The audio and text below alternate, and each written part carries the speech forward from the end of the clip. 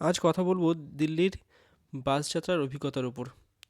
এখানে বাস সাধারণত সবই সরকারি বাস হয়, সেই জন্য নির্দিষ্ট স্টপেজ ছাড়া এখানে বাস দাঁড়ায় না।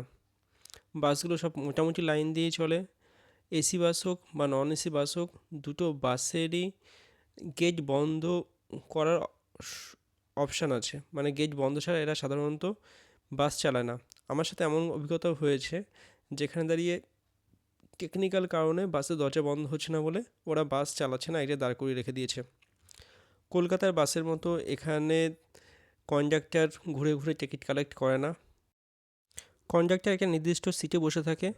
নন এসি বাসের ক্ষেত্রে পেছনের দরজা দিয়ে উঠে বাঁ দিকে, এবং এসি বাসের ক্ষেত্রে পেছনের দরজা দিয়ে উঠে ডান দিকে। এরা সিটে এক জায়গাতেই বসে থাকে। এখানে দুটো দরজা থাকে প্রতিটা বাসেরই, পেছনের দরজা দিয়ে উঠতে হয় এবং সামনের দরজা দিয়ে নামতে হয়, এটাই নিয়ম।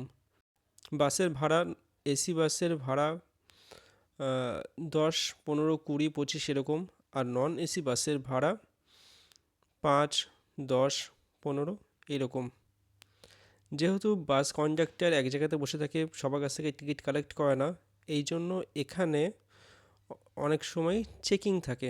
চেকিং সেটা বাসের মধ্যে এসেও হতে পারে বা নামার পরে আর কি, যে স্টপেজ থাকে সেই স্টপেজে চেকার দাঁড়িয়ে থাকে, তারা টিকিট কালেক্ট করে। বিনা টিকিটে যদি কাউকে পাওয়া যায় তাহলে তার জরিমানা আর কি 200 টাকা দিতে হয়। এখানে মহিলাদের যা বাসের টিকিট লাগে না, টিকিট লাগে না বলতে ভাড়া লাগে না, তাদের টিকিট কালেক্ট করতে হয়। একটা পিঙ্ক রঙের টিকিট থাকে, সেই টিকিট কালেক্ট করতে হয়। টিকিট তার জন্য কোনো পয়সা দিতে হয় না, কিন্তু সেই টিকিটই যদি না থাকে তাহলে তাদেরকেও ফাইন দিতে হয়।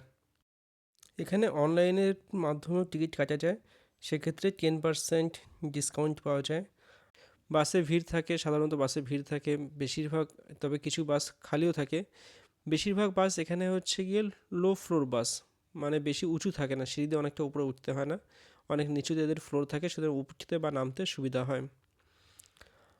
আর বাস যে কোনো জায়গাতে দাঁড়ায় না। কলকাতা বাসের কন্ডাক্টরের মতো বাইরে দাঁড়িয়ে কোথায় যাবে সেটা বলেও না। এখানে বাসের স্টপে বাসের নাম্বার লেখা থাকে, যে বাসের নাম্বার লেখা থাকে সেই বাসগুলো সেখানে দাঁড়ায়।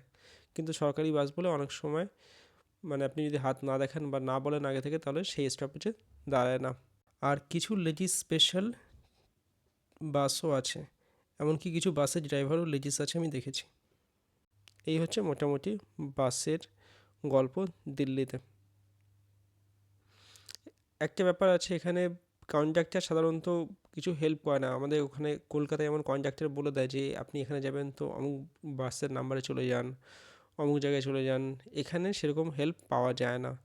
সেই জন্য সবথেকে বড় যদি গুগল ম্যাপ ইউজ করেন তাহলেই, বা এখানে অনেক রকম অ্যাপ রয়েছে, চার্টার অ্যাপ রয়েছে, ওয়ান দিল্লি অ্যাপ রয়েছে, সেসব অ্যাপের মাধ্যমে জানা যায় যে এক জায়গা থেকে আরেক জায়গায় কোন বাসটা যাবে। ধন্যবাদ, দেখা হবে পরের ভিডিওতে।